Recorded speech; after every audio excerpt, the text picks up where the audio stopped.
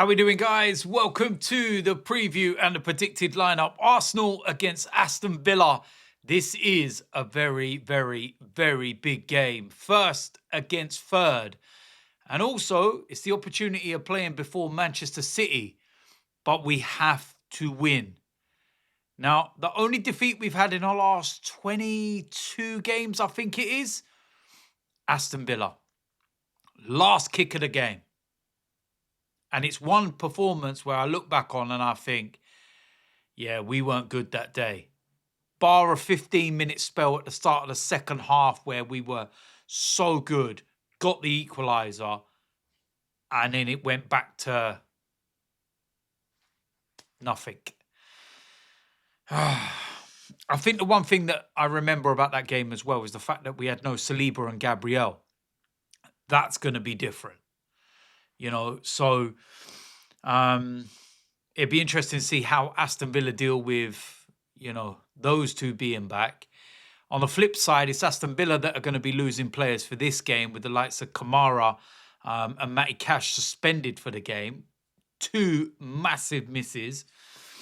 But yeah, listen, they've still got players that are going to cause problems. The likes of Ollie Watkins could have been an Arsenal player. When you think about it, around about a year ago, January time, wanted to leave Aston Villa, started this season really slowly and has, had to be patient, was in and out of the side. But he's looking back to his, former self and he's scoring goals. Morgan Rogers, quality player. What a quality player he is when you think how much they picked him up for. But yeah, they've got some really good players. And of course, we've got the likes of Emi Martinez coming back to Arsenal. And he is somebody that's never been able to let go of the fact that he was released and never had his opportunity. And you can just tell how much this game means to him. And then, of course, you've got Unai Emery. Listen, I get very, very bored with hearing this whole Unai Emery, Mikel Arteta comparison. What I will say on the whole situation is this, is that Unai Emery is a very good manager, but he was the wrong manager for Arsenal.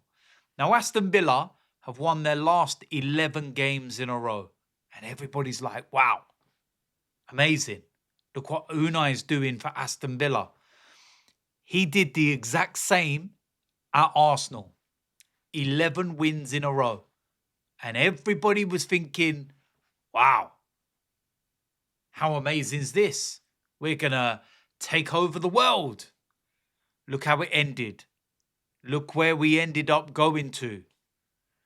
He missed out on the Champions League because he toyed about with the team in a game against Crystal Palace when top four was in our hands. And even then, when he had a second chance, he had us humiliated in the Europa League final against Chelsea in Baku. The amount of miles I travelled to get to that game. Humiliated. Going to places like Watford and conceding nearly 40 shots. Sorry. He had to go. He was not the right manager for Arsenal. And you could sit there all day long and say, he didn't have the money that Arteta had. Well, he still was able to go and buy the likes of Nicola Pepe and whatnot, weren't he? Was still given money. But he had to earn the right to be trusted to be given more. And when you're watching how everything unfolded, I weren't looking at that and thinking, yeah, give him loads more, give him more, give him more. You watch what's going on right now with Arsenal and Mikel Arteta and how we're competing and how we're so close. You're thinking, give him a bit more, go and get the players we need, give him the squad that he, craves, and then we can get over the line. He's earned the trust to get that extra money. Unai didn't. And it was just going downhill. Great manager, wrong manager for Arsenal. And let's be honest, he struggled when he's been at big clubs. You can sit there all day long and talk about PSG and say, you know, what he won and everything else. I could win trophies at PSG. Let's be real about it. But he struggled there. Struggled with the big characters and the personalities and demands and everything. And it was the same at Arsenal. But at a club like Villa, where with all due respect, the expectation levels are less demanding, that's where he fits in perfectly. He's the right manager for Villa. Aston Villa fans are happy. Arsenal fans are happy. It's that simple. Crack on. Let's go. But yeah, listen, we need to beat him. We need to beat him. We need to get one over Aston Villa. And they seem to be our side that have something against us, especially at the Emirates. Even when we've been 2-0 ahead, we've thrown it away. And, we have to get the 3 points. And the one thing I will say is that somebody is going to get an absolute hiding off us very soon. And I pray it's this game. When I watch Aston Villa and we talk about the 11, straight wins and everything else, and what they're doing this season is unbelievable and they're doing so well. But I'm watching them and I'm scratching my head and thinking, how are they managing to win games? I look at that Chelsea game. Chelsea should have been out of sight in the first half. And then they capitulated in the second half and Villa were excellent. And the change of formation and Ollie Watkins' introduction and everything, they won the game. You look at the game against West Ham. You even look at the game against Manchester United. And I look and I think they don't create a lot. And they're conceding a lot. But they're winning. A lot of Aston Villa fans think that this will be the end of their run. They're not going into the game with any kind of, confidence, which is unusual. But then you're playing at the Emirates. You're coming up against us in our home, which is a fortress. Only Manchester City have stopped us winning at the Emirates this season. Suppose you could count Crystal Palace, but we won on penalties, so technically we won. But you get what I'm saying. We win all our games. We're very, very, very good at home. And we need to perform well. I think that if we get a couple of goals early, then we win this game comfortably. And we give Aston Villa a hiding. But if this is one of those games where with 20 to 30 minutes to go, there's only a goal in it, and it's a bit edgy, then it will play into Aston Villa's hands because it's in the second half and when they've not been killed off that they've become stronger. So that's what we're going to have to watch out for. First against third. It's going to be a massive, massive game. And they win. They're level on points with us. We win. It's 6 clear. It's 5 clear of Man City. And it's over to them when they play Sunderland away.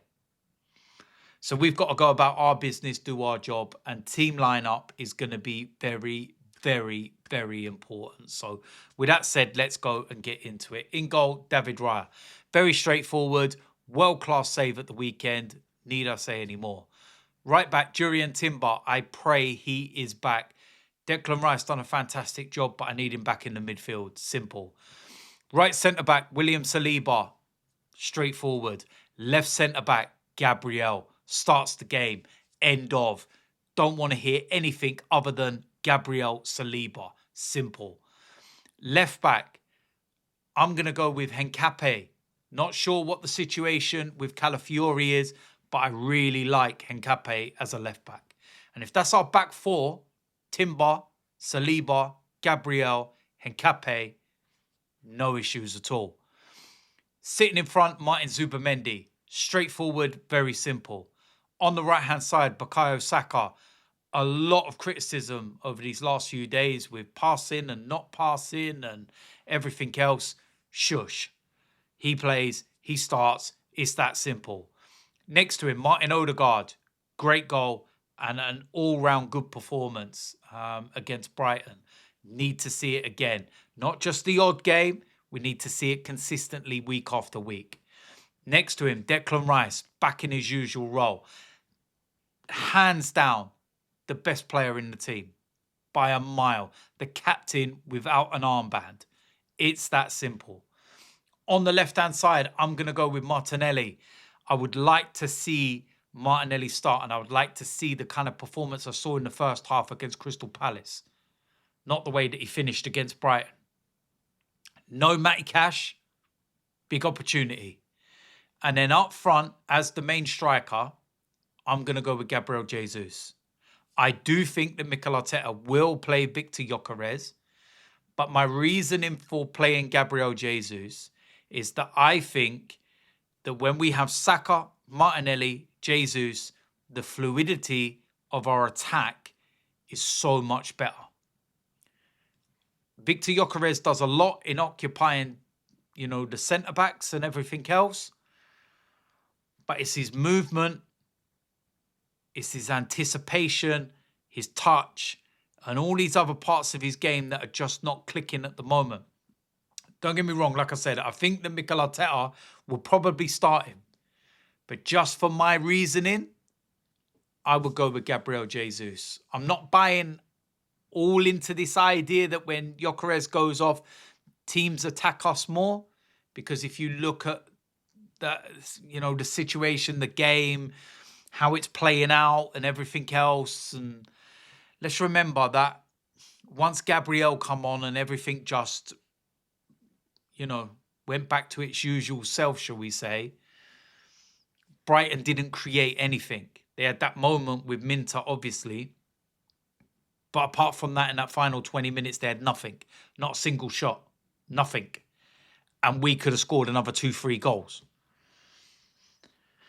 Listen, it's going to be an interesting game and I'm looking forward to it. But that is my lineup. I think that's strong enough to win.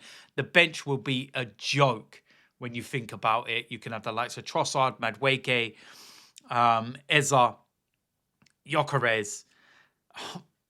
It's ridiculous how good that side could be and the bench and everything. So, listen, let me know in the comment section what you think. Do you agree or disagree with that lineup? Huge game. Let's get the 3 points. Can't afford anything other than a win. It's that simple. So, there we go. You know what to do if you haven't already. Like, subscribe, comment, and I will see you a lot soon. I'm out of here.